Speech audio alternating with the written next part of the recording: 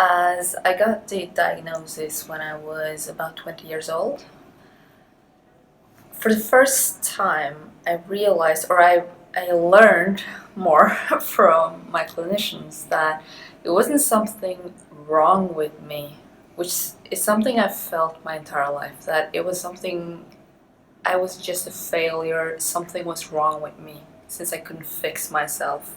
But as I got the diagnosis, I realized that it's more about that I have certain issues or problems, but they are problems that can get better as I work with them and with them, the clinicians. So together we could make things better when we knew where the problem were, so to speak.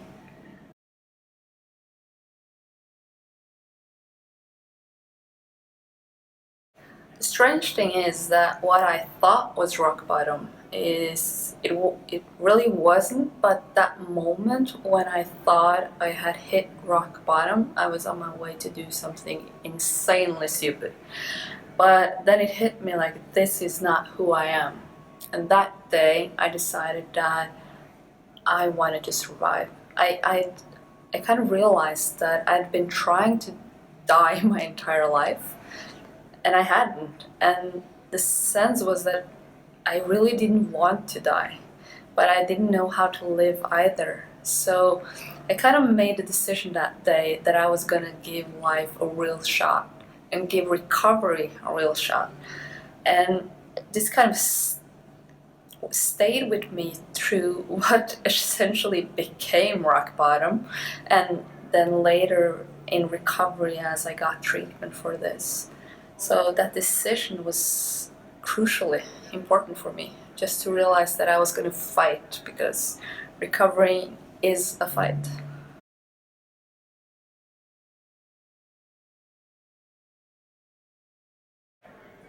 My first advice would be to give yourself as many shots as possible, because recovering is not a process where you just go up and up and up and up and up.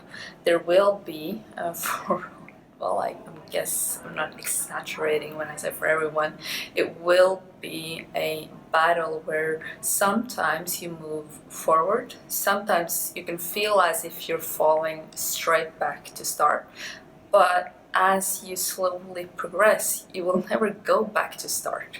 You keep evolving and you keep learning new strategies and more things about yourself.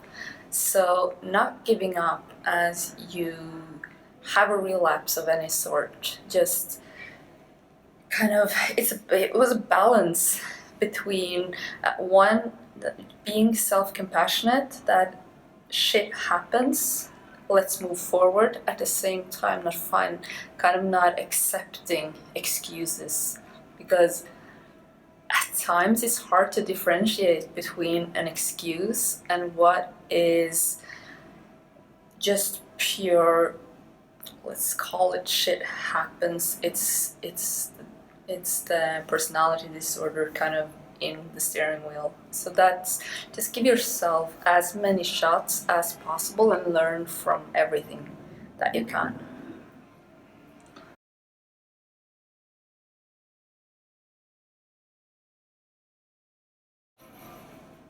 You're not your diagnosis in any way.